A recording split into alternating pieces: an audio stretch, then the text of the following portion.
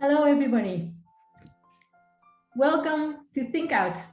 This is a very special installment of the debate series by the Institute of Science and Technology for Humanity at Nanyang Technological University in Singapore, because we are doing this session in collaboration with the DesignLab of the University of Twente in the Netherlands.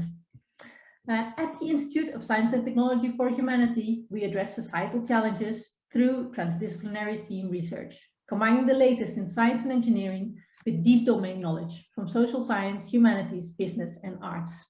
In each Think Out, we bring together leading researchers and industry experts from very different disciplinary backgrounds to discuss and debate an important question that the world is facing. So in a Think Out, we aim to dive deep into a complex issue, have fun, and engage you and the audience to this open discussion between leading thinkers. Today, we address the question whether citizen participation in science is needed for smart city or smart nation governance. My name is Vanessa Evers, Director of the Institute of Science and Technology for Humanity and Professor of Social AI and Robotics, and I will be moderating the discussion today. Let me introduce the topic. Today's discussion is jointly organized, as mentioned, by NISTH and the DesignLab from the University of Twente, the Netherlands. We have two UT experts, Professor Paul Verbeek and Sabine Wildevuur, and they will share the stage with Dr. Natalie and Prof Hallam Stevens. We have a very interesting and very timely topic to discuss today, and that is how citizens can be involved in science that informs government policies. Professor Verbeek and Dr. Wildevuur will bring a Dutch perspective, while Dr. Pang and Professor Stevens will share their views from the Singapore standpoint. Internationally, governments frequently base policies on scientific findings. For example, any regulations and public health measures on how to deal with COVID-19, around mask wearing and vaccinations. And it is informed by scientists' projections of how the virus will mutate, how it will disperse throughout the population.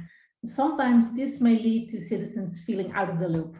They might get the feeling that, the scientist on TV decides what needs to happen in a country. In other countries, people may actually have a lot of trust in science, and this in turn increases their trust in the government decisions. For today's panel, we ask ourselves, when science informs government policy, how can we effectively involve citizens of a country in doing the science that influences this government policy? To let you know, we have a form of a debate, which is a very friendly debate, but it does mean that sometimes our panelists will be forced to play the advocate of the devil for the sake of having an active argument with each other.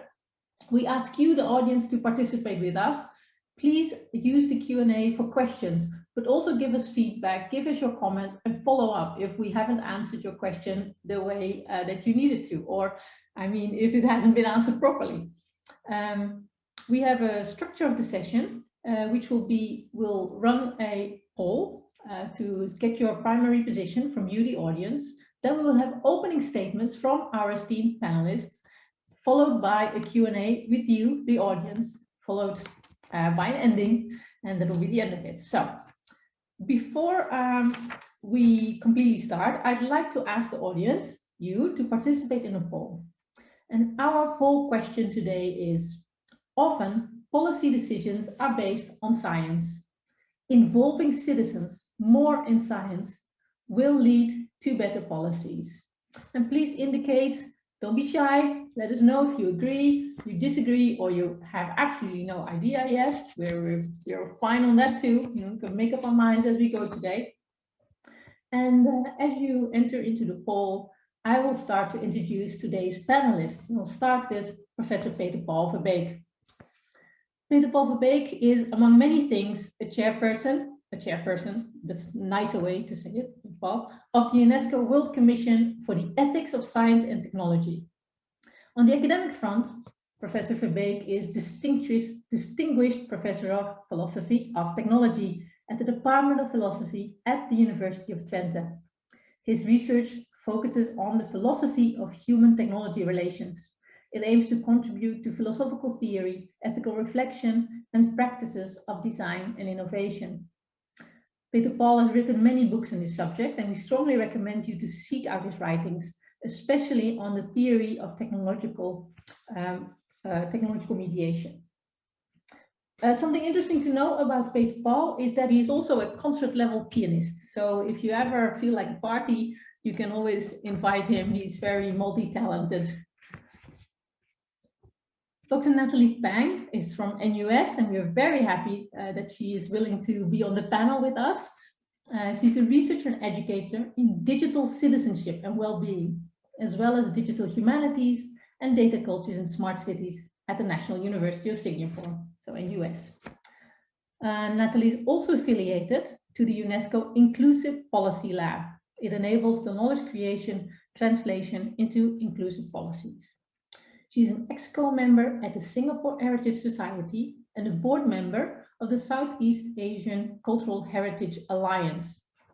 She has a strong interest in digital heritage and the role of civil society in shaping urban environments of Asian cities. Something interesting to know about Natalie is that in her spare time, she is a writer of children's stories. Sabine Wildevuur, who is the director of the DesignLab at the University of Twente in the Netherlands. She's also one of the initiators of Citizen Science Hub Europe and founder of the Citizen Science Hub at the University of Twente. She is the coordinator for the international project Incentive. It brings together a pan-European consortium to establish citizen science hubs in European research, performing and funding organizations to drive institutional change and ground responsible research and innovation in society. She has a degree in medicine and communication science, and Sabine has disseminated knowledge on transdisciplinary research and the added value of design thinking to tackle societal challenges. Something interesting to know about Sabine is she loves open water swimming, which is something that all Dutch people love, but Sabine probably the most. And you have to imagine, audience who is living in Singapore, that open water swimming in any place that is not Singapore is remarkably challenging. It's cold, all sorts of stuff grows in the water. So yeah, impressive, Sabine. Professor Hallam Stevens is a professor in the history program and the School of Biological Sciences at Nanyang Technological University in Singapore. He is also co-director of NISTH. His research focuses on the intersection of information and biotechnology, especially in highly computerized fields such as genomics. Computers have changed how biologists work, how biologists collaborate, and how they make knowledge. And Hallam knows all about all these big changes that are happening, transformations in technology and in biology. What's really interesting about Hallam is that he is also quite good in science fiction writing. So who knows, we might end up with an interesting book between all of us on this topic. Okay, Maitri, let's have a look at the poll results. It looks like the majority of people agree that involving citizens more in science will lead to better policies. There's actually almost 20%, 18% who disagree, and then there are 23% undecided. Okay, so, oh, there's the poll endings. I hope everybody can see those. So as people can have a look at the ending of the polls, we can start with the opening statements. And actually, I would like to start with you, Peter Paul. If you could start with giving us your opening statement of a few minutes. Yes, I'm very happy to do that. And I will share some slides with you. Exciting to be here, and thank you for your perfect introduction, Vanessa. I think you said a lot of important things.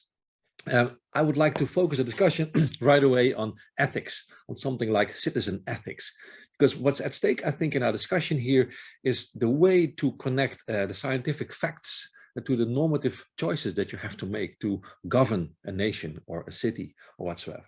And I think in our whole democracy, some people in the Netherlands feel that there is something like a challenge here. Of course, we can go out for a vote and that voting gives some kind of a representation of the people, but is this representation adequate? People do not always feel adequately represented by the people in power.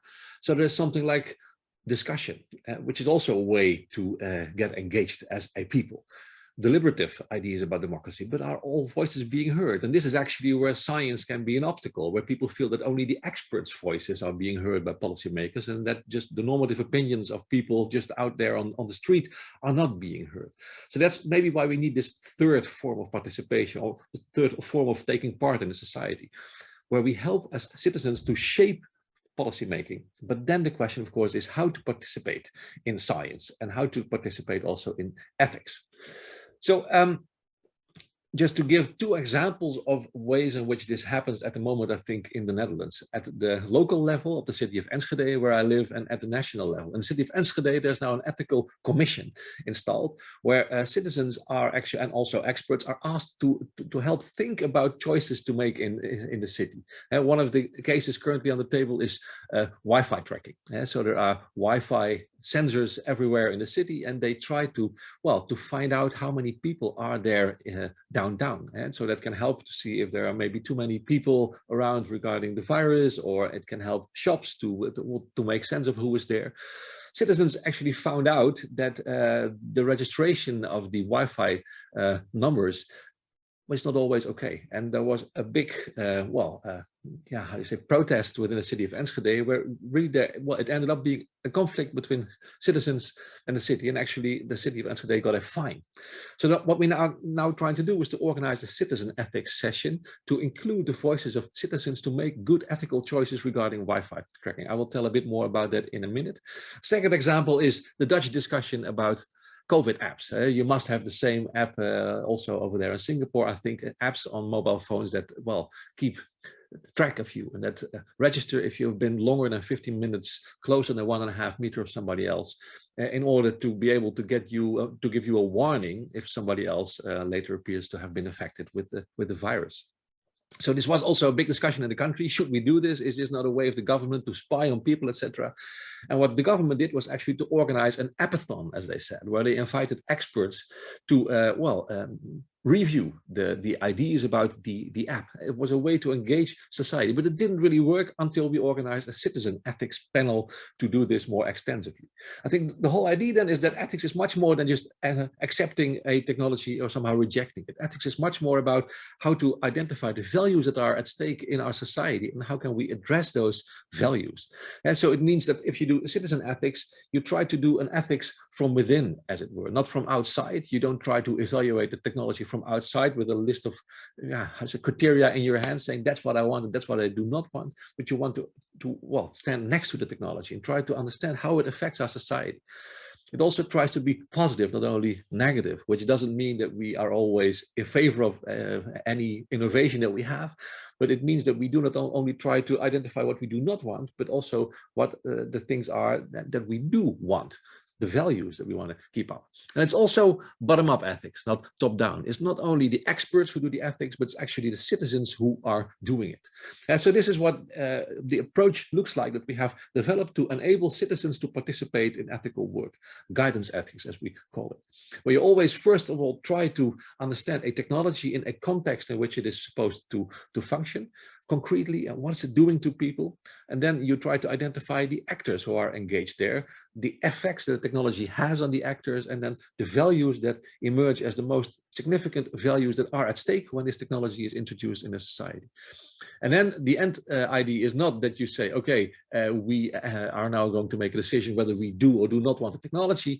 It's only about how can we somehow redesign the thing, or how can we change the environment with the rules and regulation, or how can we empower users to deal in a creative or critical way with the technology. And by doing so, you can have a much richer ethical discussion. So this is, for instance, what we did regarding the COVID app here in our nation, where with a panel of citizens, we tried to identify how we could, install this app in our society. And actually, interestingly, contrary to what the experts said, for the citizens, it appeared not to be so much only about privacy. Of course, it was important for them, but they really wanted an app that enabled them to share their location data, because they really wanted to help the government to identify where the virus was very active so that they could take measures fast. And that they did want to share their contact list because they wanted to be able to inform their family members and their friends right away if they would have been affected with the virus. So I think this is a nice example of showing that engaging citizens also in the normative reflection can help to well, formulate forms of policy making that are bottom up and where citizens can take part in how policy making works. So this is for the ethics, and I think a lot of the citizen science insights will be shared now by the other panels. Thank you, Vanessa. Thanks, Peter Paul. Natalie, would you like to give your statement, please? Sure. Thank you, Vanessa, and thank you to NTU Institute of Science and Technology for Humanity for having me speak about this important topic. Now, I don't have slides, but as you can see, I have a virtual background. This is actually a snippet of a graphic recording of a citizens dialogue that was supported by UNESCO and Internet Governance Forum that I organized last year in Singapore in collaboration with partners from over 70 countries. So it was a global endeavor on a citizens dialogue, but operationalized locally in different countries. It was very interesting for me to learn and understand cultural differences and challenges when implementing a global citizens dialogue. I will come back to it later, but I digress. I would really like to speak to the theme of today's event in the context of two topics in the 5 minutes I have. The first topic is the issue of digital inclusion. For me, it is absolutely essential to address and carefully consider how policies and initiatives involving new technologies, right? This is aligned with the topic of smart cities we are talking about. Consider how all these initiatives and policies are inclusive, because in doing so, we can also improve overall economic, educational, employment outcomes, as well as societal well-being as well. The next topic I'd like to speak to is the issue of digital citizenship. As a city becomes smarter, it can also mean that the base of knowledge and skills for people to participate as digital citizens can also shift. A lot of conversations, right, take place about smart cities without acknowledging how this base has shifted. Now, digital citizenship, in my opinion, is central to smart cities, as we can make use of this concept to ask ourselves what kinds of knowledge, what kinds of skills and access to technologies are citizens required to have in order to not just be able to complete activities of daily living independently, but also be able to participate in society and communicate with others. Now imagine this journey on digital citizenship being a marathon. I love writing, so I love analogies, right? But bringing back the topic of inclusion, it can also mean that there are groups of people who may start on this marathon much further away from others. And when that is the case, I think we have a number of problems that can pose challenges to citizen science. And putting on the devil's advocate, I'd like to pose 3 of them and maybe invite reactions from the audience as well as other panelists. The first is really have that issue of having a common set of knowledge, language and vocabulary to exchange ideas and debates. In the context of multi-ethnic Singapore, people may not fluently be able to deliberate and debate using the same language. Even though we do have English as the medium of instruction and people are able to use English to complete the activities of daily living. Now that challenge will become even more scale up, right? If we imagine Asia as a whole, as a region, and different countries in Asia all speaking different languages. The second challenge I think I'd like to talk about is really recognizing that the destination or end goal is not the same for everyone, especially those who start on that marathon much further away from others. How can we acknowledge that perhaps some individuals may not share the same destination, may not share the same goal? And if they do not have the same goal, does that mean that they are excluded from the conversation from citizen science? Thirdly, defining who is citizen, who is able to participate, is for me a question that we should think about as well. In Singapore, we have a sizable proportion of non-Singaporeans who are living, working, and studying in Singapore. Who is the citizen in this case, right? Who are we talking about as the citizen? How can we be inclusive while also bringing together citizens who are committed to each other, in terms of outcomes and the process. But having highlighted the problems, I do think that citizen science is central to inclusive policymaking and the key way to bring citizens into policymaking. As in doing so, we start building common lexicon, right? Common vocabulary, common terms to collaborate, to consult, and to make decisions together. So I look forward to engaging in our discussion and on how to make this possible. Thank you. Thank you, Natalie, for bringing up these important questions in the Singapore context. Sabine, would you like to introduce your position statements? Yeah, thank you, Vanessa, for the introduction, and good morning or good afternoon to everybody who is here joining us. We just started the day. I decided during the preparation to only use one slide, which is in my background. I have to go a bit like this all the way to guide you through this image. And I've chosen this one because in a nutshell, it shows what citizen science, the ecosystem of citizen science. And it's a visualization of our project incentive that Vanessa also referred to, and I put a link in the chat. It took off in February, and it's a cross-national 3-year what they call coordination and support actions supported by the European Union within the framework of Horizon 2020. We started in February, so quite recently, and its aim, and you see it's in the middle, the Citizen Science Hubs, it demonstrates the potential of citizen science through the co-creation, the establishment, and the assessment of citizen science hubs through Europe in 4 European universities. So that's University of Twente in the Netherlands, the University Autónoma de Barcelona in Spain. We have the Aristotle University of Thessaloniki in Greece and Vilnius Gediminas Technical University in Lithuania. And in DesignLab, we are in the lead. Well, why should we set up these hubs? Well, if you take societal and global challenges like climate change that was referred to, or aging and ecological destruction, that calls for a strong alliance between society and science. However, there's still a lot of barriers to overtake to have this collaboration. And in Europe, we adopt the principles of responsible research innovation and into the practice and the governance as well. And in this way, bringing the citizens and stakeholders together to collaborate with scientists, because it's not only about citizens and scientists, but also other stakeholders as well. And it has been nurtured, this responsible research innovation in Europe, with 6 key elements. And you see that on the left upper corner in my visualization.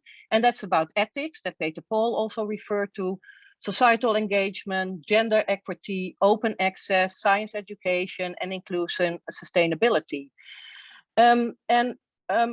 Incentives, so the project embraces these responsible research innovation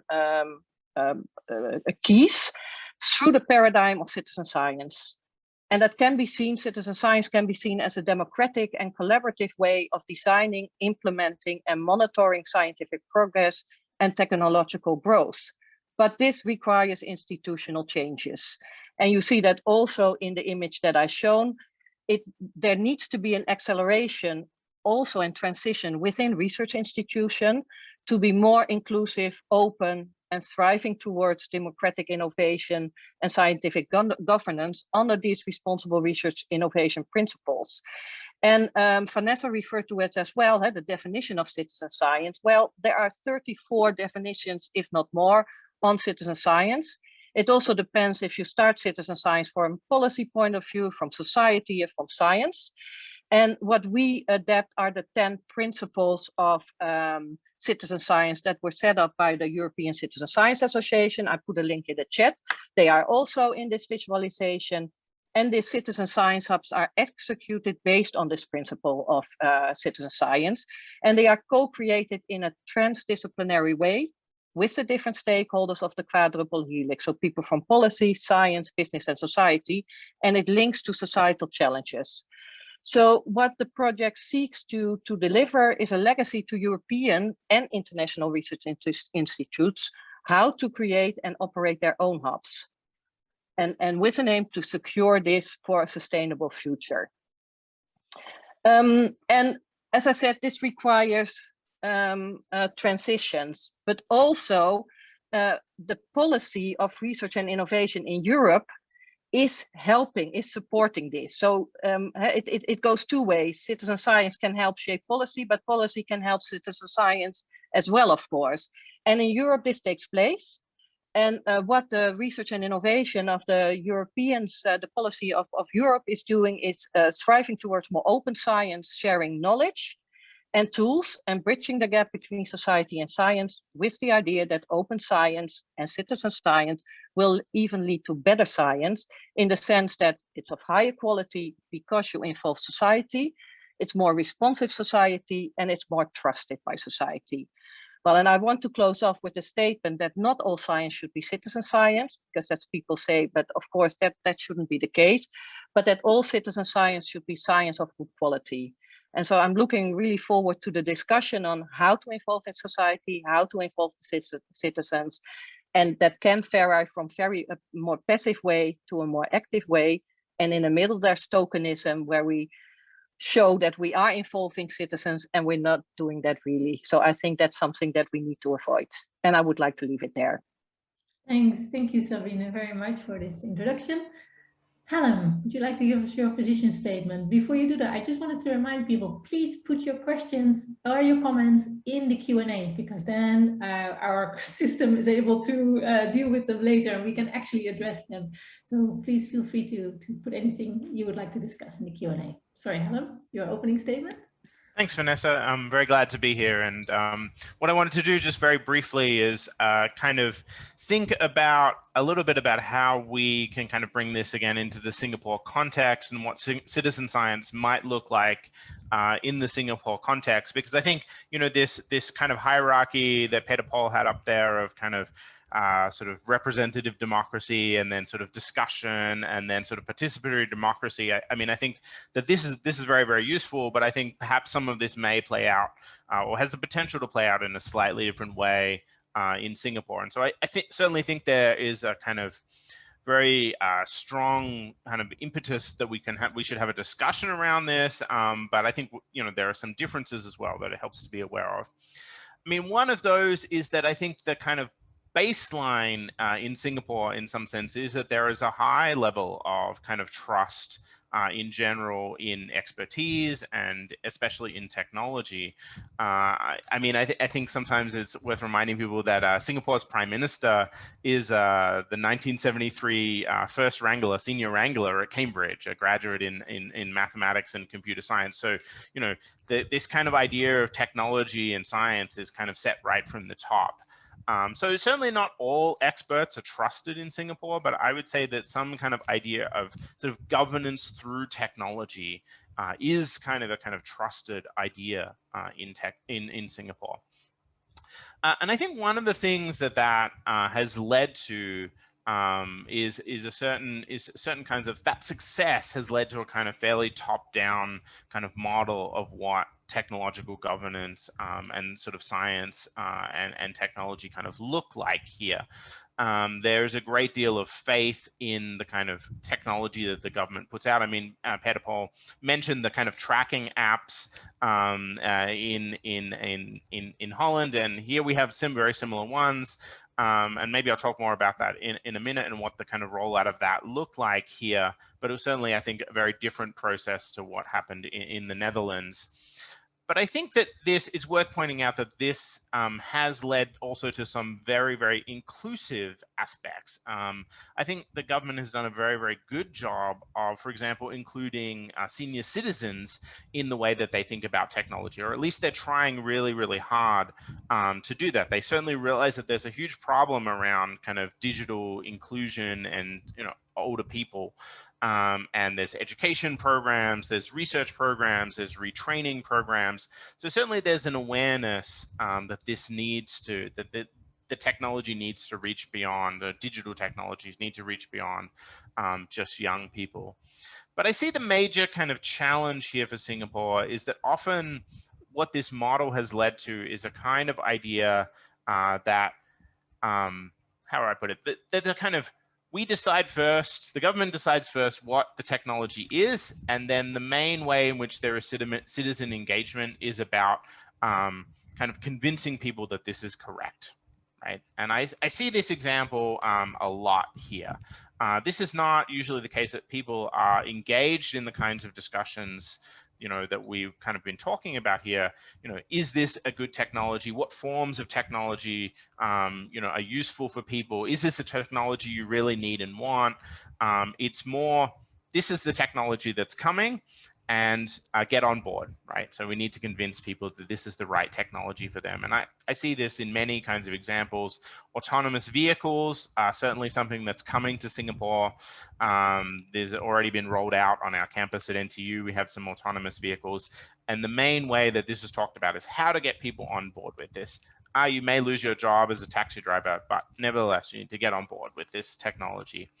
So I see that this is where we need to kind of, especially the need for kind of work here in Singapore. And I think that there are some of the kind of, perhaps we could say, cracks around this kind of lack of engagement have begun to show. And I think one example is the cashless economy. Singapore has talked a lot about the cashless economy. But this is something that I think partly due to this kind of lack of engagement, is this something Singaporeans really want? That this has begun, that actually, in fact, that there's now, in fact, more cash circulating in the economy than ever before, right? So there is some actual pushback on this just in the way people are actually using their money. And the other example is the one that I mentioned before, I think, or another example is this example of the COVID tracking and tracing app. And in fact, this, because of, I think, partly a lack of consultation, there was some consultation, but with very, very high level kind of technical experts. And one of the things that came to light in January was that the data from this app was being shared with the police for the purposes of investigations. And this, I think, really, really surprised people, took people, alarmed people. And I think it was a real setback for kind of trust in technology and also for trust in government. So I think, there is a huge, this kind of situation indicates that there's a huge kind of potential for this, not only to make better technology, but also I think to kind of improve governance in some sense as well. So perhaps I'll leave it there.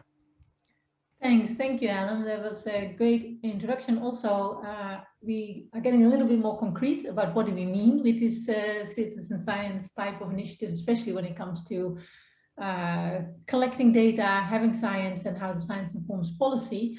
I think we're almost ready to go into the Q&A questions. They're starting to come up. Very interesting questions are coming. Maybe before we do that, we can just get it a little bit more concrete.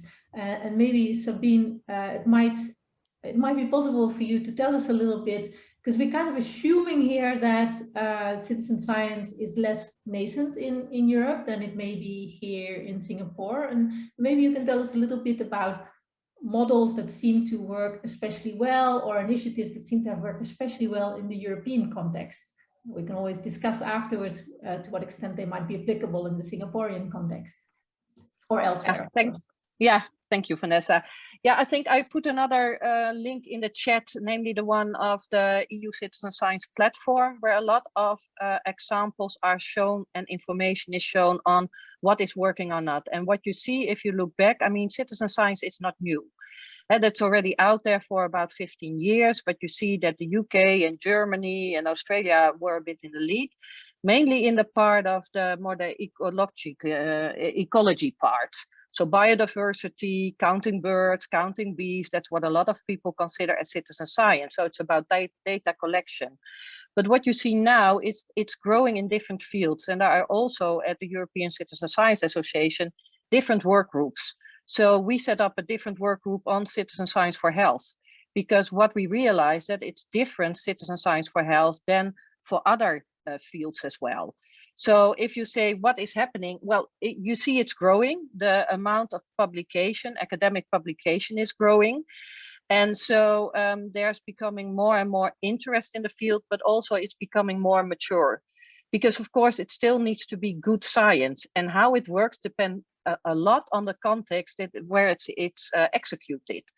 So there is, as I said, there are quite some examples now to mention, but it varies so much. We have so many discussion, and one time it's about the inclusion and how do you make sure that you have the right citizens involved, because, and what Hallam was referring to as well, I mean, if you're talking about technology and citizens, there are already people who are very much into technology, but sometimes more the senior people or whatever are left out, or the poorer ones, and so how do you make sure that you have a good, that you're really inclusive in involving all these groups? And as I said, that depends a lot. So to give one example is quite difficult, but as I said, there are already much more principles known of what is working. As I said, the principles of EXA really help.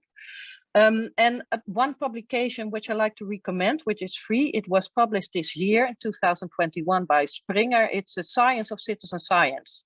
And that really gives a good overview on where do we stand now.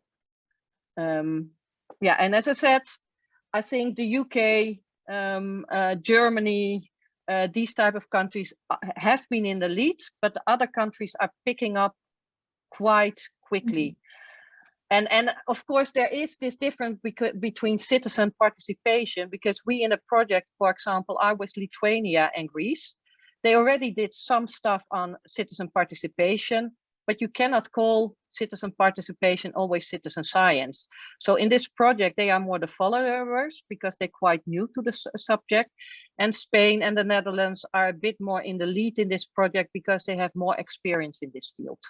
Well, I don't know if that's an answer to your question, but it indicates how varied the field is and also how booming at this moment.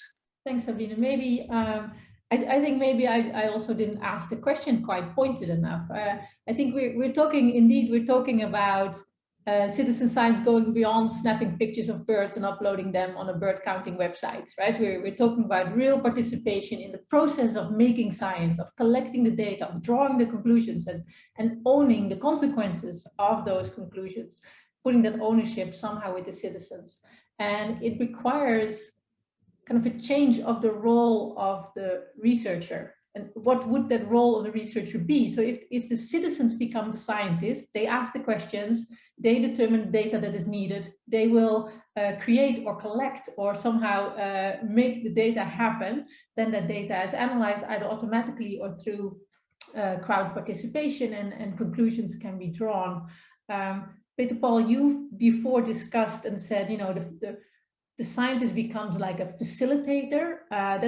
I'm not sure. Not every scientist is a great facilitator. You know, I'm just thinking of a couple. You know, you don't want to put them in front of a citizen science workshop.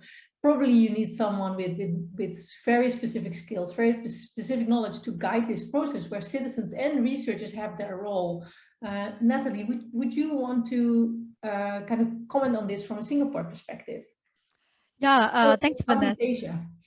Yeah, thanks, Vanessa. I think that's a really excellent question. And I mean, I was reading the chat as well, right, about how do we actually engage citizens who may not have the right, okay, right is not the right word, who may not have the that lexicon of terms, of concepts, right, in order to participate meaningfully, other than, well, what do you think of this and what do you think of that, right? And I think this is really where I think is quite central and crucial to think about that bridge, who, in terms of whether scientists can be that bridge in terms of actually translating the science into a form that the citizens, right, who may not have that scientific, may not have done right research in that area to be able to engage with, right? And I think this is really the heart of the problem. When I think about the context of Singapore, right, and the various sort of citizen science initiatives, we have actually quite a lot, right, especially in the area of biodiversity, where citizens are involved in collecting data, right, of different aspects of biodiversity, and they actually do inform the decisions made and conservation strategies and so on. Right, but yeah, beyond that biodiversity and a lot of these other public consultation exercises, which are mostly driven by public agencies, by the government, right? We don't really have actually the scientists that are stepping out to actually engage the citizens and be that bridge. right? And in my experience organizing We the Internet, I realized that, yeah, I came up short, right, in terms of finding people to help translate, and explain to diverse groups of people, including senior citizens, what is the problem with the governance of data, right? What does digital identity mean? What does like falsehood mean in this new media era, right? And I often find myself, even when I have put time and effort in translating, I find myself having to rework that over and over again when I speak to different groups. So yeah, that's my take, right? That we need perhaps need scientists, researchers to rethink their role in terms of science and research. Thanks, Natalie. I think this is a nice segue into a few questions. One of them is by John Walker, and the other one is by an anonymous attendee. So I cannot give you the name. It's very exciting. John Walker says, okay, how much hand-holding should technologies do? In this case, guiding ethics of citizen participation. I think it's very interesting. Follow-up of what you're saying, Natalie, that, you know, can technology actively shape the conversation, the values, and ultimately the policies citizen wants? And so when designing these technologies, what will work with citizens? How much support or guidance should technology offer? So here's almost like technology taking like a role to support this new citizen science. Peter Paul, do you want to comment on that?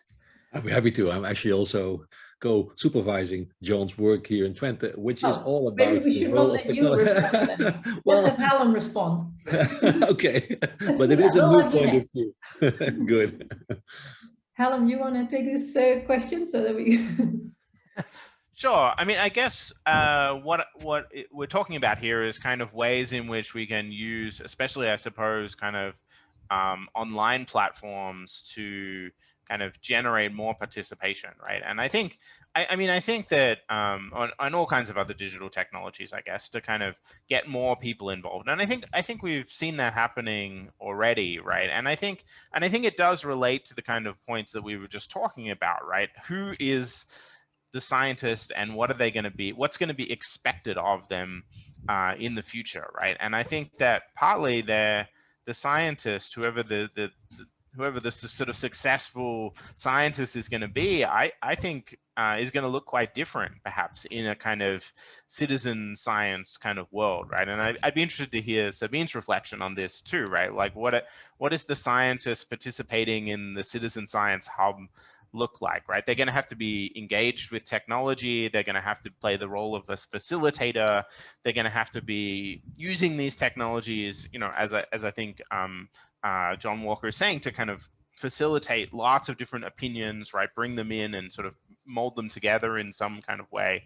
So I think, yeah, technology, I mean, what role can technology play? I think it can get more people involved in some ways, right? I mean, I think that's its main role. I think it's still going to be, to some extent, on the onus of the scientist, whoever that person is, right, in the future, to kind of do the important work of bringing this together. Maybe. I think Peter Paul has something to add to this. Maybe, yeah.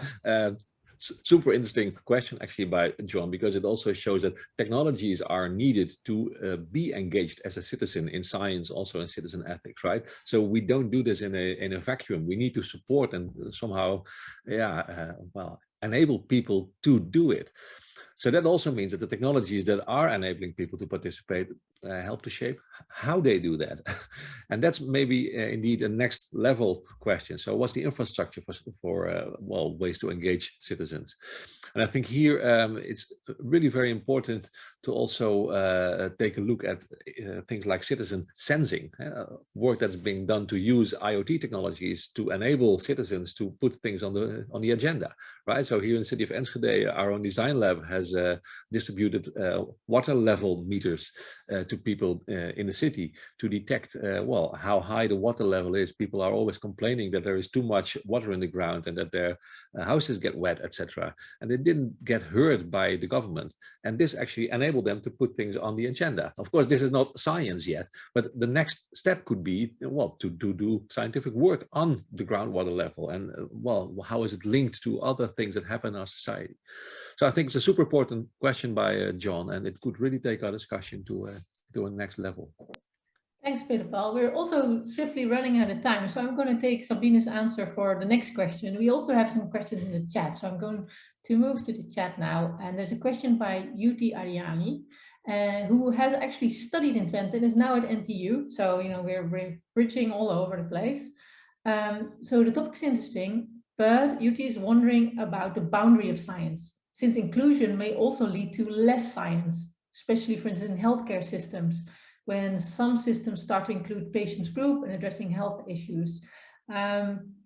So it relates to Natalie's point on inclusion. Maybe Sabine, you want to comment first, and then we can move on to Natalie's comments.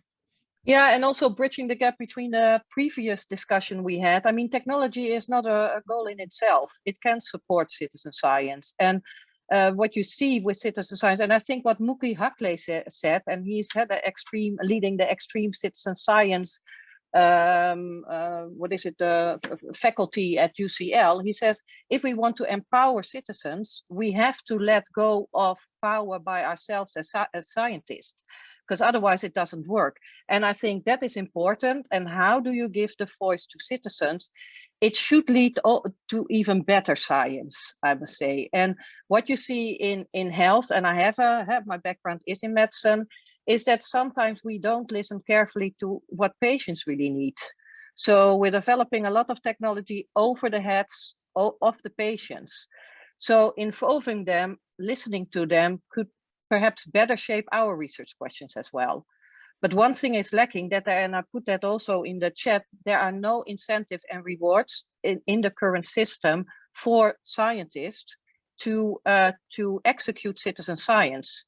So we need, and that's also within ECIU, a consortium of European innovative universities, to look at different rewarding systems for scientists. And that could lead also to that they are trained in doing citizen science, that they know how to involve citizens. And then it should also lead to hopefully even better science. Yeah. Natalie, thank you very much, Sabine. Natalie, when you add your comments to this, could you also take on board Claire Tan's question, which is a little bit more focused on biotechnology, also in medicine? You know, how can these advances also be communicated to citizens that don't have specialist medical knowledge? It needs a little bit of a segue. Yeah.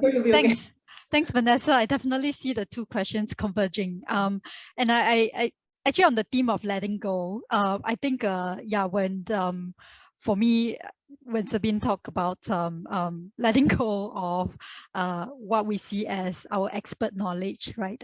Sometimes I think that also means we have to let go of what we value in governance. And in the context of Singapore, right?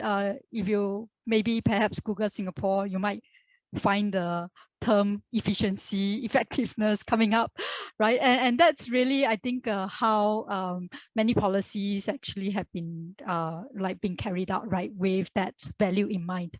And for me, including citizens, right, including actually even citizens who may not understand, the kinds of science, the kinds of research that's done in certain areas like biotech, right? That really involves, actually going through with them a process where we build up that knowledge, where we actually also be where they are, right? We have to also design spaces for them to actually be able to participate, right? And be where they are so that they can participate, right?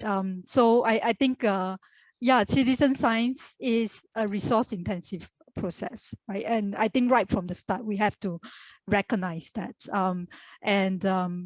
If we want to be inclusive, right, in that process, then we have to recognize the kinds of resources that's needed for that process. So that's really my take in terms of how to engage, with these challenges. Thanks, Natalie. There's a really intriguing question in the chats from Nyonyo from Myanmar. Of course, we are all aware of everything that's happening in Myanmar. Our thoughts are with you, Nyonyo, hoping for a resolution for you in your country. The question is quite interesting. It's addressed specifically to you, Peter Paul, but maybe Hallam, you will also want to comment on it. So it's the question of how religion could have a role as a guidance ethics. Wow, super interesting question. I think it can in the context of a scientific discourse, right? And I think often people feel that there might be tensions between religious and scientific frameworks, but I'm not sure if that's the case. I think the real power of this bottom-up way of doing ethics that guidance ethics aims to be is that you can address values bottom up. So you don't need to accept a pre-given framework, but you can share ideas about what you think is valuable. And of course, those values can have a religious background. I think they often do. Also in a country where we live here in the Netherlands, where most people would not say that they're religious. But of course, a lot of the values still come from the religious framework that we had in our societies. So I do believe that this guidance ethics approach can offer a framework for exchanging views on values that can have a religious background. And maybe to add to it, I think it also well, asks attention for the connection between ethics and science. So I think if citizen science becomes bigger, it also means that, of course, we need something like academic freedom for citizens and also academic integrity. Research integrity that we ask of scientists should also be asked then from citizen scientists, and also the right to do it in a free way. So it also means your free view in terms of religion, but also the obligation to express explicitly the value frameworks that might be behind the scientific research that you do. Thanks, Peter Paul. Hallam, I think since we're almost ending, I kind of want to save your answer for a last question by Devesh Narayana. I hope that's okay with you. Oh, sure. I think it suits you very well. So the question is, and it's a little bit of a complicated one, so I hope I'm giving it justice. Please correct me if I'm going wrong on this. So what does the increasing privatization of public service provision mean for the prospect of meaningful citizen participation? The question is if some form of economic or workplace democracy in the private sector might be necessary to improve citizen participation, especially in matters that concern us all. I'm trying hard to think of a good example to add this, but I'll hand over to you. Yeah, I mean, I think this is a great question. I think it's a complicated one that I think we've maybe, I mean, we've skirted around this here, right? Because we've been talking largely about kind of, the sort of relationship between citizens and their government, right? But we cannot ignore, of course, that there's all kinds of places where kind of science goes on. There's also all kinds of places where we are kind of governed by technologies that are not public sector technologies, they're private sector technologies, right? Think of the big tech companies. So I do think that there's going to be, there needs to be some way in which we can have some kind of meaningful kind of dialogue about the ways in which, these private sector technologies kind of govern us, right? And that's not exactly privatization of the public service, but I think it's the same kind of idea here. And I wanted to mention a couple of things, I mean, I think that, there are a couple of things that have come up in Singapore recently. One is the kind of emerging stronger task force, and linked to that also the Alliance for Action. And these are kind of ways in which the government has been responding to COVID-19 here in Singapore, and sort of thinking about how it might kind of move forward from, into the kind of new normal. But I think that these are also attempts to engage not only citizens, but to engage citizens with and through the kind of private sector, with industry partners as well. And I think this is these kinds of opportunities are maybe very useful for thinking about increased citizen engagement and citizen participation in the Singapore context. So I absolutely think it's an important issue, but I think there are ways and opportunities through which we might still have this kind of have impact in this way. Thanks, Hallam. Thank you all of the panel for this interesting discussion. It's clear that it's really needed that this is the start of many events because we barely scratched the surface. Maybe, Maitri, we can put up the ending poll to have a look at whether people who have been part of this discussion have changed their minds since the start of this. Maybe after all that we've discussed, they feel that citizens should not be involved in science. And of course, then we would have done a pretty bad job probably, since we're all on the same side of this debate. So it looks like the poll's still going, so I'll let it run for a bit because it goes up and down. But it looks like a few more people. And first we had 60% of people agreed with the statement that policy decisions, when they're based on science, needs the involvement of citizens more in science so that you'll have better policies. 60 has moved to 75%. Before we had 18% disagreeing, now 3%, and then there's 21%. It's about the same undecided. So it's very interesting. What we didn't do this time is have very opposing statements, but we had very complementary panelists discussing with each other. Let's see if I've shared the poll results. So we come to the end of this first session of hopefully many sessions. If you are interested in this topic, you would like to participate more, feel free to subscribe. I've put an email in the chat if you want to be part of these events and any initiatives that we will have in the future. At the moment, this is now a bilateral effort, which we want to have super many lateral efforts. So feel free to contact us and be part of this.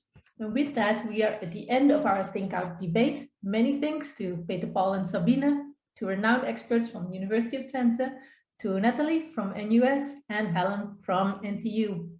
Audience, thank you so much for your participation, your wonderful questions, your thoughts. Please follow us on internet, Facebook and Twitter to learn more about this debate series and access the research papers and all the mentioned materials of today's session and today's speaker. As mentioned, this is the first in a series of events and activities on citizen science for smart nation governance. So please sign up to our mailing list if you want to learn more about this in the future. Next month, we will have another Think Out debate in the usual format on misinformation and attitudes towards vaccines on 11th of August. So thank you all so very much. Thank you everybody in the panel. Feel free to shout out some comments as we finish. And thank you so much, participants. We hope this was an interesting topic for you. Thank you all. See you in the next event. Thank Bye-bye. you. Have a great day. Bye. Bye-bye. Bye-bye.